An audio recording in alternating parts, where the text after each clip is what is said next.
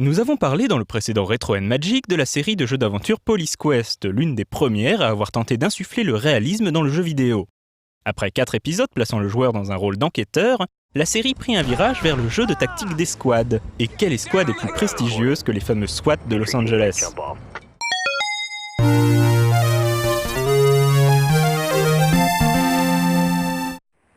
Pour ceux qui ne le savent pas, les SWAT, Special Weapons and Tactics, sont une unité d'élite de la police de Los Angeles spécialement entraînée pour gérer les situations de crise. L'unité fut créée en 1967 par l'officier John Nelson et un commissaire nommé Daryl F. Gates. Or, comme on l'a vu la semaine dernière, Daryl Gates est également aux commandes de la série Police Quest depuis le 4e épisode. Il n'est donc guère étonnant qu'il ait eu envie de placer cette célèbre formation à l'honneur. Pourtant, le premier épisode de Police Quest SWAT est encore loin d'un pur jeu tactique, c'est en fait un film interactif comme c'était la mode à l'époque. Restant en phase avec l'orientation réaliste de la série Police Quest, le jeu propose de prendre part à une myriade de missions d'entraînement et ne comporte que 3 vraies missions sur le terrain. Ceci est un exercice, officier. Toutefois, le déroulement de ces missions est aléatoire, les suspects changeant de réaction d'une partie à l'autre.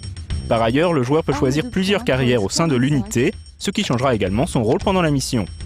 La recherche du réalisme dans le jeu est à l'origine de scénettes amusantes, par exemple lorsque le sergent passe un savon au joueur lorsque celui-ci ose vouloir sauter une scène de briefing. Officier, vous avez l'audace d'interrompre un supérieur ?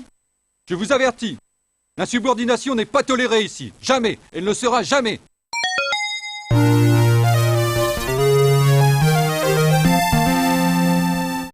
SWAT 2 change de mode de représentation et propose cette fois-ci une vue en 3D isométrique et un gameplay rappelant le jeu Jagged Alliance, à la différence que SWAT 2 est quant à lui en temps réel. Beaucoup plus tactique, SWAT 2 oppose les forces spéciales à une organisation terroriste baptisée les 5 yeux. Le jeu propose de jouer soit les SWAT, soit les terroristes. Les missions s'inspirent de faits divers réels, survenus dans les années précédant la sortie du jeu. Le joueur a accès à de nombreuses recrues, parmi celles-ci un certain Sonny Bonds. Il s'agit bien sûr du protagoniste des premiers épisodes de Police Quest.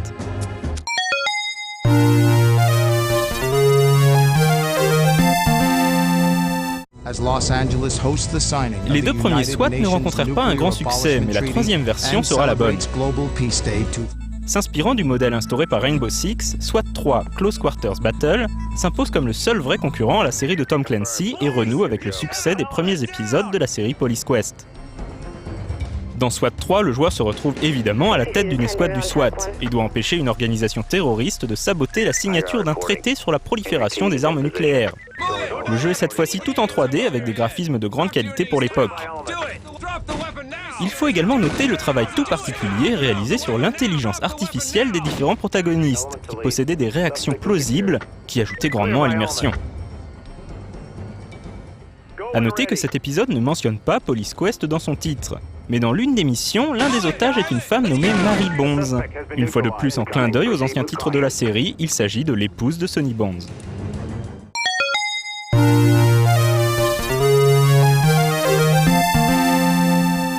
Un 4e épisode de la série, tout aussi excellent, sortit en 2005. Baptisé tout simplement SWAT 4 et utilisant le moteur Unreal 2, il était développé par Irrational Games, l'équipe qui plus tard réalisera le génial BioShock. Malheureusement, cet épisode étant classé 18+, on ne pourra donc pas en parler plus en détail dans cette émission. On notera simplement que Sonny Bonds y refait une apparition, cette fois-ci en tant qu'instructeur des SWAT. Le héros de Police Quest a donc pris du galon, et on ne peut qu'espérer que sa carrière soit loin d'être finie.